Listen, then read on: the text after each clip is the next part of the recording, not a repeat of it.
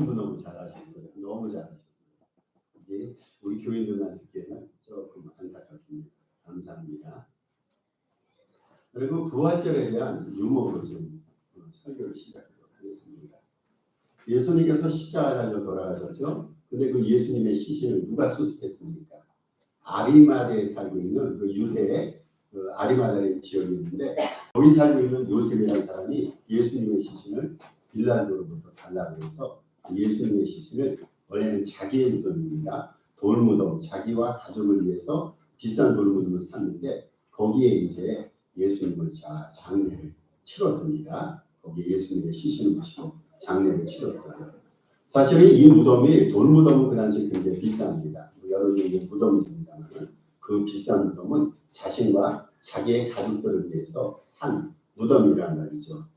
여기에 예수님을 이제 장사 지내고 돌아왔는데 가장 절친이 있었어요. 그 요셉의 절친이 아주 신란조로 비난조로 이렇게 얘기합니다. 아니 그렇게 비싼 무덤을 십자가에서 달려 죽은 당시 이제 십자가에서는 중범죄들, 흉악범이라든지 중범죄들이 십자가형을 받습니다. 그렇게 비싸게 산 가족을 위한 무덤을 왜 십자가에서 죽은 흉악범에게 주느냐, 무덤을 주느냐 이렇게 비난을 합니다. 그러니까 친구 사이니까 이제 그럴 수도 있겠죠. 그 말을 들은 요셉이 정말로 별것 아니다는 표정을 지면서 이렇게 말했답니다. 그분 예수께서 주말 동안 3일 동안만 잠시 무덤을 빌려달라고 해서 나는 빌려준 것뿐이네. 여러분 그렇잖아요. 예수님께서 거기 영원히 거할 것도 아닌데 3일 동안 계실 건데 그 3일 동안 아주 쿨하게 빌려줬다. 이런 우스개 얘기가 있습니다. 오늘 부활절입니다. 우리 교회뿐이 아니라 전 세계 모든 교회에서는 오늘 부활절로 하나님 앞에 예배를 드리고 있어요. 여러분 지난 금요일입니다. 3일 전. 실질적으로는 하루를 24시간 베이스로 따지면 3일이 안 되는데 유대 나라의 날의 계산법이 그저 하루가 되고 그 다음 시간이 지나면 이틀로 계산을 합니다. 그래서 사흘만이라고 그렇게 성경에 기록이 되어 있는데 금요일 날 오전 9시에 주님께서 십자가에 묵히셨어요. 그리고 6시간 동안 십자가에 매달려 계시다가 금요일 날 오후 3시에 돌아가시게 됩니다. 그 돌아가신 이후에 아리마대 요셉의 무덤 속에 안치되게 됩니다. 그리고 드디어 오늘 새벽입니다. 몇 시간을 좀 알았다면 좋겠어요. 그 시간 맞춰서 부활절 새벽 예배를 드리면 좋겠습니다. 근데 성경은 그 시간을 말하지 않고 있지 않습니다만 새벽입니다. 새벽. 이 성경에 보니까요. 새벽에 굵직굵직한 일들이 너무너무 많이 일어납니다. 하나님께서 새벽에 만나를 내려주셨고 새벽에 홍해가 갈라졌고 새벽에 굵직굵직한 일들이 많이 일어나는데 이 새벽에 예수님이 부활하셨어요. 그래서 시편에 보면요. 하나님께서 새벽에 우리를 도우신다라고 하는 구절이 굉장히 마음에 많이 와닿는 것은 주님께서 새벽에 부활하셨던 것처럼 새벽녘에 주님의 사건과 사연들이 많이 일어나고 합니다. 그래서 주님께서 사흘 만인 주일 새벽 오늘 부활하셨습니다. 여러분 성경에 보면은요. 우리 인간의 상식과 논리를 뛰어넘는 기적 그러한 사연들이 많이 등장합니다. 기적이 뭡니까? 어떤 일정한 법칙이 있는데 그 법칙을 뛰어넘어서 인간의 논리와 인간의 생각을 가지고 이해력을 가지고 생각할 수 없는 놀라운 일들을 우리는 기적이라고 말하는데 기적이 굉장히 많이 일어나고 있어요. 일어났고 앞으로도 일어납니다. 성경에서 보니 여러 가지 기적들 가운데 특별히 이제 성경을 얘기할 때 기적들 가운데 아주 커다란 3가지 기적이 있습니다. 3가지 기적이 있는데 사실 이 기적은요. 성경에만 나오는 기적이 아니라 모든 우주 인류 역사를 통틀어서 지금 말씀드린 3가지 기적이 가장 크고 신비로운 기적입니다. 첫 번째 기적은 말씀이신 하나님이 예수님의 몸을 입으시고 세상에 태어난 것. 여러분 생각해 보세요. 하나님은 절대자예요. 그 하나님이 어떻게 인간 세상에 오실 수 있어요? 어떻게 하나님께서 종으로 오실 수가 있습니까? 이거는 기적이 아니고서는 우리가 설명할 수가 없어요. 두 번째 기적이 있어요. 그 주님께서 인간의 몸을 입으시고 세상에 오신 그 주님께서 예수님께서 인간의 죄를 대속하시고 십자가 위에서 죽으신 거.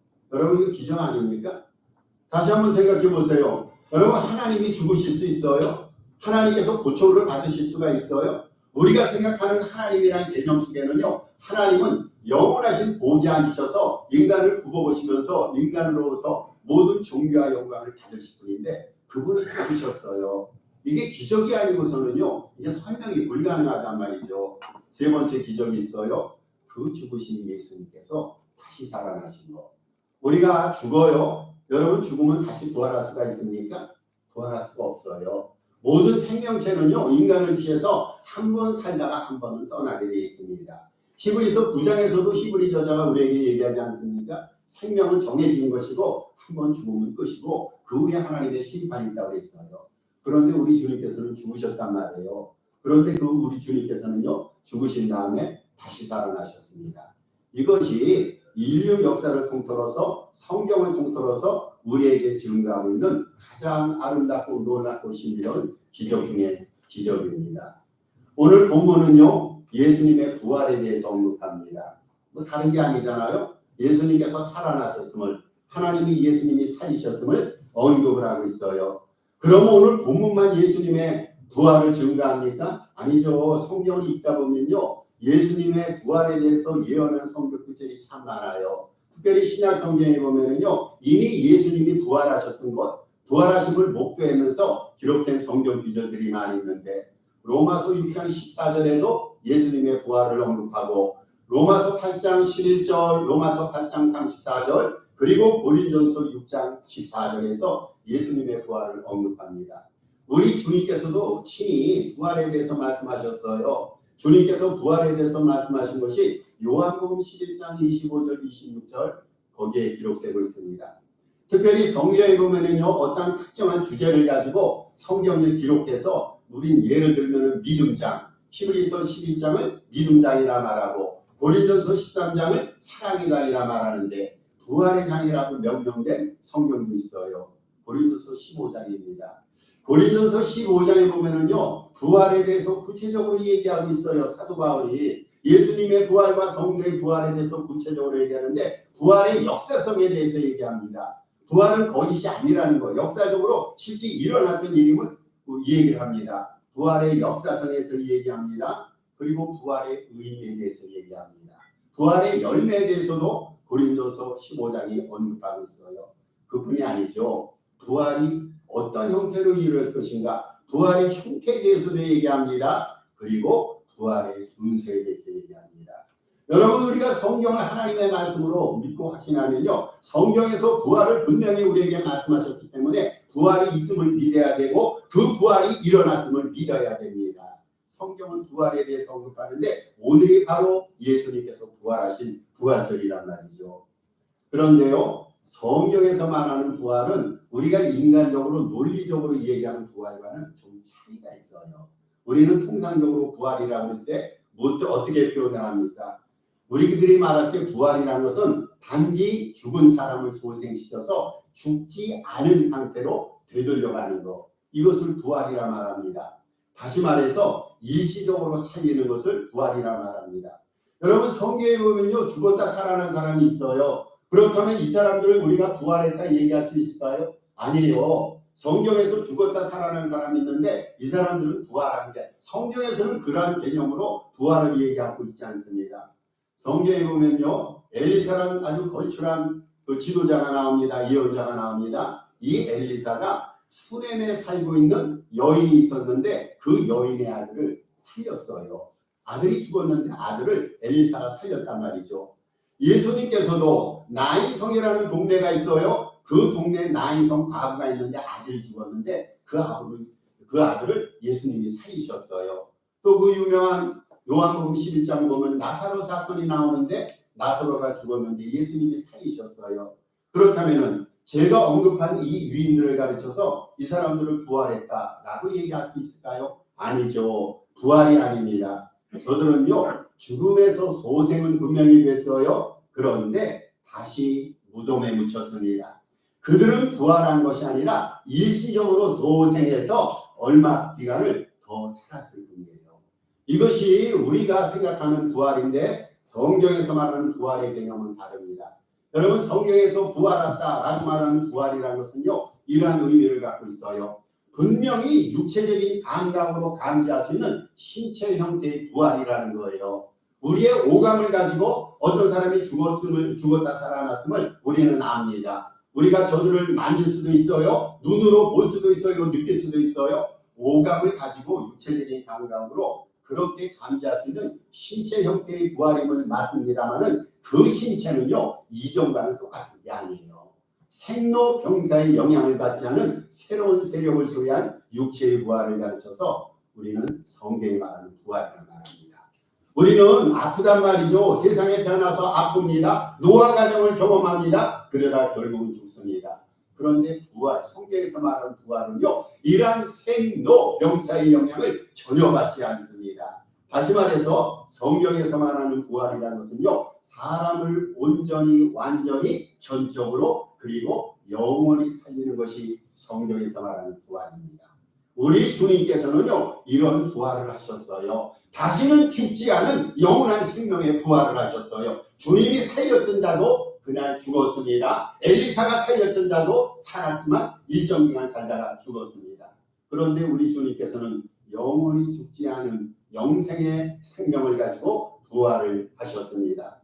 여러분 우리가 믿는 기독교는요 두 가지 기초 위에서 기독교가 형성이 됐어요. 하나는 예수님의 십자가입니다. 예수님의 십자가. 이 십자가가 없으면요 기독교도 없는 거예요. 또 하나가 있어요. 예수님의 부활입니다.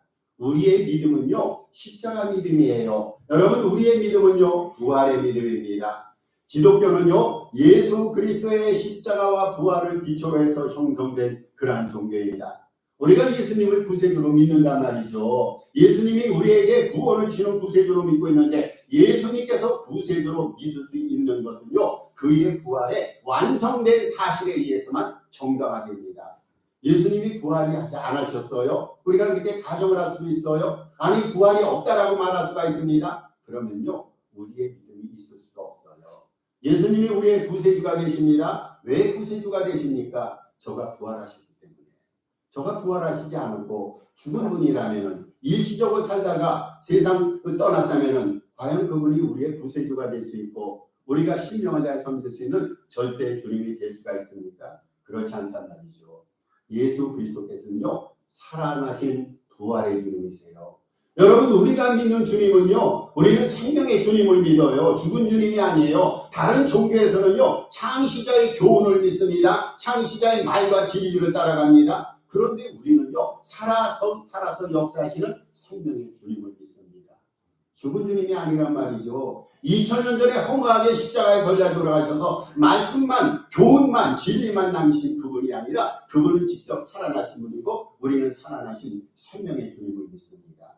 여러분 우리 주님께서는요 어제나 오늘이나 영원히 살아계시는 생명의 주님이심을 우리는 믿습니다. 우리는요 지금도 살아계셔서 당신의 생명으로 우리와 함께 하시고 역사하시고 은혜 주시고 축복 주시고 우리의 기도를 들어주시고 우리와 동행하시고 우리의 가정과 교회를 지켜주시는 생명의 주님을 믿고 있어요. 지금 역사하시는 주님을 우리가 믿는단 말이죠. 죽은 주님이 아니에요. 지금도 우리와 함께 우리의 희노애락 과정에 동참하셔서 우리 인생을 구원의 길로 이끌어주시는 그 살아 역사하시는 생명의 주님을 우리는 믿는단 말이죠. 여러분 우리가요 복잡하다는 현실 속에서도 우리 주님을 구세주로 믿는 것은요 주님의 살아계심과 그가 자기를 찾는 자에게 구원을 주이는 이심을 확신하기 때문이에요. 그렇지 않습니까? 주님께서 살아계심을 믿지 못하면 어떻게 우리가 그분을 구세주로 믿고 따라갑니까? 그분이 죽어서 우리의 기도를 못 들으시는 분인데 어떻게 우리가 그분에게 기도하며 우리의 소원과 간절한 마음의 열명들을 하나님 앞에 아뢰 수가 있습니까? 모든 신앙생활의 그런 과정은요 주님의 부활의 생명까지 가능하단 말이죠. 예수님의 부활은요 우리의 삶의 절대적인 요소예요. 우리 믿음의 절대적인 요소입니다. 살고 믿고 죽고 하늘 날아가는 것 이 모든 것이 예수님의 부활까지 가능하단 말이죠. 여러분 주님의 부활이 없으면요 우리 인생 예수 믿는 자의 인생 너무나 가련하고 비참하고 우리는 속임을 당하는 어리석은 자에 불과합니다. 그러면요 예수님의 부활이 이토록 중요한 이유가 뭘까요? 예수님의 부활이 우리의 생명과 믿음에 있어서 전부인 이유가 무엇일까요? 네 가지 이유가 있어요. 첫째로 예수님의 부활은요 우리를 거듭나게 하기 때문에 우리를 거듭나게 하기 때문에. 미안하지만 지금 오늘 본문만 다시 보여주실래요? 오늘 본문을 다시 보겠습니다. 예수님 3절입니다. 3절에 이렇게 말합니다. 중반 2절부터 그의 많으신 긍휼대로 예수 그리스도를 죽은 자 가운데서 부활하게 하심으로. 다시 있습니다. 그의 많으신 긍휼대로 예수 그리스도를 죽은 자 가운데서 부활하게 하심으로 말미암아 우리를 거듭나게 하사. 여기 본문에 보니까 사도 베드로가 우리를 거듭나게 하사로 했는데, 여러분 우리를 거듭나게 하는 거, 우리는 거듭났단 말이죠. 예수님의 생명으로 거듭났는데 우리는 충생했는데 우리를 거듭나게 하시는 것, 우리를 거듭나게 하시는 요인이 두 가지 있음을 오늘 3절은 얘기하고 있어요. 하나는 주님의 긍휼하심입니다. 하나님이 우리를 불쌍히 여긴 거예요. 내가 아니면 저 불쌍한 영혼들 누가 구원할까? 하나님은 우리를 지극히 불쌍히 여겨서 우리를 거듭나게 하신 거예요. 여러분 감사해야 돼요. 우리가 뉘라서 우리가 어떻게 거듭납니까? 하나님의 긍휼하심이라는 것. 하나님이 우리를 불쌍히 여기셨어요. 하나님이 우리를 너무너무 불쌍히 여기셔서 우리를 구원해 주시기 위해서 거듭나게 하신 거예요. 이게 우리의 어떤 흠말 만한 장점이 있고 어떤 공적과 지적이 있어서가 아니라 오직 하나님의 긍휼하심입니다. 또 한 가지가 있어요. 우리를 거듭나게 됐던 귀한 요인이라 하면은 주님의 부활이라는 거예요. 부활하게 하심으로 말미암아 우리를 거듭나게 하사. 여러분 주님이 부활하시지 않으면요 우리는 거듭날 수가 없어요. 우리는 죄로 인해서 죽게 됐습니다. 그런데 십자가 위에서 예수 그리스도께서 보혈을 쏟으셨어요. 그 보혈이 우리의 죄를 씻어준 거예요. 그렇지 않습니까? 우리가 죄를 졌는데 우리의 죄를 하나님께서 예수 그리스도의 십자가 보혈을 통해서 깨끗게 해주신 거예요. 그것에 의해서 여러분 우리가 깨끗해진 그 사실에 의해서 이것에 근거해서 영원한 주님의 생명이 우리 안에 심어진 거예요. 깨끗하게 된 우리 안에 예수 그리스도 부활의 생명이 심어졌는데 이게 바로 거듭남의 생명이에요. 예수님께서 우리를 씻어주지 않았다면, 예수님께서 십자가 보혈의 은혜를 보여주시지 않았다면 어떻게 우리가 거듭납니까? 그리고 예수께서 우리를 깨끗이 씻어주시되 당신의 생명을 우리에게 부어주시지 않으면 우리가 어떻게 거듭납니까? 예수님의 보혈과 그리스도의 생명이, 부활의 생명이 우리 안에 심어질 때 이것을 가르쳐서 거듭남의 생명이라 말합니다. 여러분 감사하잖아요. 주님께서요 부활하신 것은요 우리를 거듭나게 하사 당신의 부활의 생명 가운데 새로운 삶을 살아가게 해주신 거예요. 우리가 거듭난 것은 우리의 노력이 아니에요. 우리의 어떤 흠말만한 장점이 아니라 예수 그리스도의 긍휼하심이며 그분의 부활하심의 열매입니다. 이 아침에 우리가 하나님 앞에 주여 당신의 부활의 생명으로 우리를 거듭나게 하심을 감사드립니다. 이렇게 하나님 앞에 감사 찬양 드리면서 거듭난 자다운 그러한 삶을 살아야 됩니다. 두 번째가 있습니다. 두 번째, 하나님의 능력을 드러내기 때문에 예수의 부활이 중요합니다. 여러분 한마디로 표현해서요 우리가 부활을 믿는다는 것은요 하나님의 능력을 믿는다. 하나님의 능력. 자 생각해 보십시다. 이거 논리적으로 생각이 가능합니다. 하나님이 부활하신, 예수가 부활하실 수밖에 없는 것은요 하나님의 능력 때문이에요. 하나님이 우주 만물을 창조하셨어요. 그 하나님이 우주 만물을 다스립니다. 그 하나님이 우주 만물을 통치하십니다. 그 하나님이 교회의 주인이 되시고 우리의 인생의 주인이 되십니다. 여러분 이렇게 능력이 많은 하나님이라면, 성경에서 말하는 그런 절대 능력의 하나님이라면 독생자 예수님을 죽음에서 일으키실 능력이 과연 없겠습니까? 그분이 우주 만물을 창조하시고 생명을 주신 분인데 생명을 주신 분이 죽음까지도 정복하실 수 없습니까? 있단 말이죠. 하나님의 능력이 있어요. 우주 만물을 창조하시고 모든 생명체 생명을 주신 분이라면요 어떤 사람이 죽었을 때 그 사람을 죽음으로부터 일으킬 자격과 능력이 있으시다는 거예요. 하나님의 능력이 예수님의 부활을 통해서 우리에게 드러납니다. 여러분 예수님께서는요 우리 주님의 손에 의해서 부활하셨어요. 오늘입니다. 하나님께서는 무덤에서 예수 그리스도를 일으키심으로써 생명과 죽음에 대한 절대적인 주권이 당신에게 있음을 우리에게 확인시켜 준 거예요. 생명을 창조하시는 분이 하나님이 아닙니까? 그러면 죽음을 정부하시는 분도 하나님이란 말이죠. 모든 인생 안의 생사와 복이 하나님의 손에 달려 있는 거예요. 하나님의 능력 가운데 당신의 뜻이 있어서 인류를 구원하고 구원의 완성을 보여주시기 위해서 한 인간을 죽게 만들었다가 그 인간을 살게 만드는 것이 이것이 하나님에게 과연 불가능한 일입니까? 만약에 예수님께서 부활하지 않았다면요, 어떻게 우리가 하나님의 능력을 믿습니까? 그분은 부활하셔야 돼요. 그래서 하나님의 전지전능하심을 우리에게 보여주시고 그 하나님을 신명을 다해서 믿게 해야 됩니다. 세 번째입니다.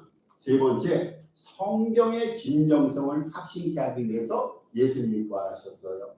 성경을 읽다 보면요, 재미난 규절들이 많이 있어요. 이런 규절들이 있습니다. 성경대로, 성경에 일렀으되 성경에 기록되었으되.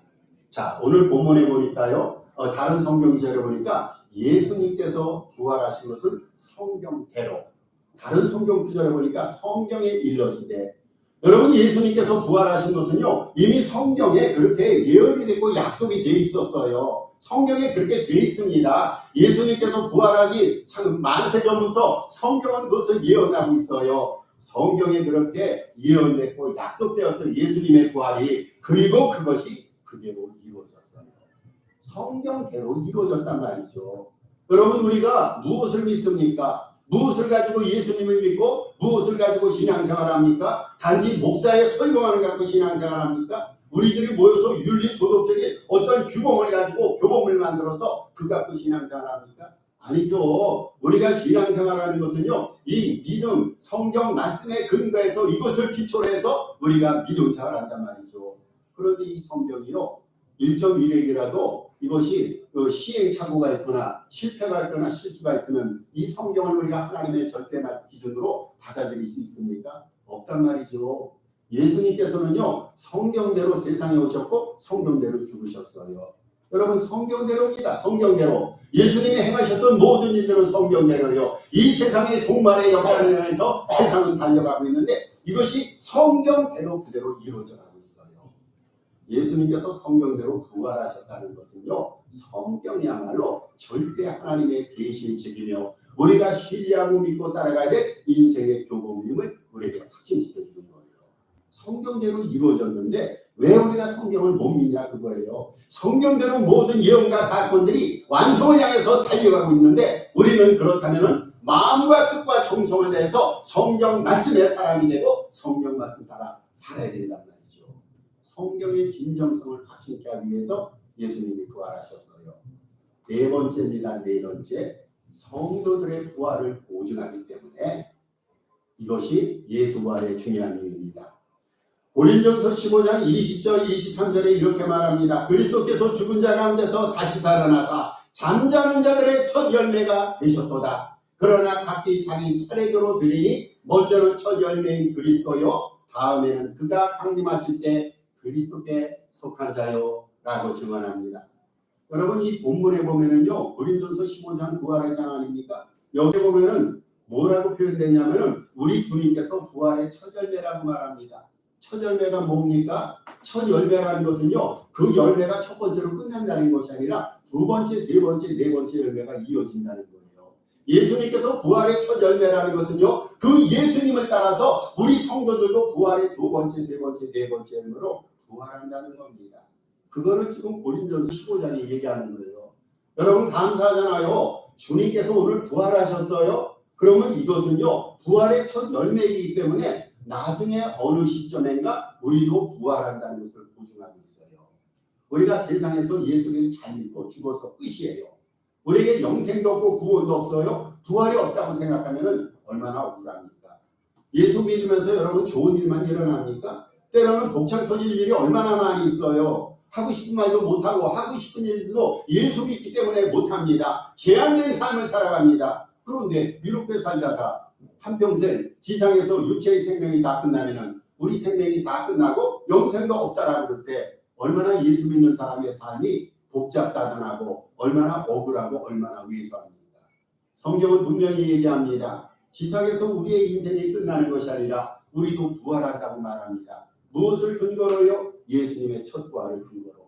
예수님께서 분명히 말씀하셨어요. 성경대로 살아나셨고 성경에 예언하셨는데 그렇다면 성경에서 예수님의 첫 번째 부활을 따라서 우리의 두 번째, 세 번째, 네 번째 부활이 우리는 있음을 확신합니다. 그때가 언제입니까? 예수님 재림 때예요. 여러분 예수님 재림 때까지 살아있는 자들은요 함께 산채로 들림을 받게 됩니다. 이미 예수님 재림 때 죽어있는 자들은요 무덤을 박차고 살아나서 부활하신 예수 그리스도를 은혜 가운데 영접할 겁니다. 성도들의 부활을 보증하기 때문에 예수님께서 부활의 첫 열매로 우리에게 오늘 이 아침에 부활하셨어요. 여러분 예수님의 부활은 신앙생활의 핵심이에요. 이 부활을 믿으셔야 됩니다. 오늘 이 시점을 근거로 해서 우리는 부활 믿음을 가지고 하나님 앞에 영광을 돌려야 됩니다. 만약에 우리들에게 부활이 없고 예수님의 부활이 공허한 얘기라면요 예수 믿는 자의 삶처럼 어리석은 삶이 어디 있습니까? 여러분 예수님에게 부활이 없다면 우리 믿음 다 거짓이잖아요.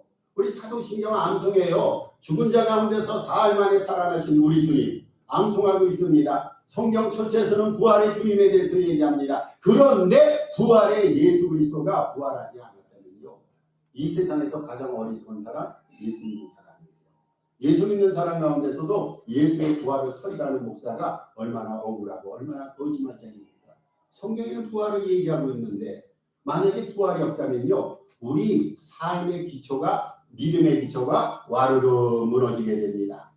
예수 그리스도께서는요 너무너무 감사하게도 다시 살아서 죽지 않은 영원한 생명으로 부활하셨습니다. 그렇다면 오늘 이 부활의 아침에 우리가 한번 마음의 결단과 자세와 그리고 마음의 결의를 가져야 됩니다. 부활을 맞이하는 우리의 자세가 있어요. 이 자세를 사도 바울은 그 유명한 고린도서 15장 58절에서 이렇게 우리에게 권면합니다.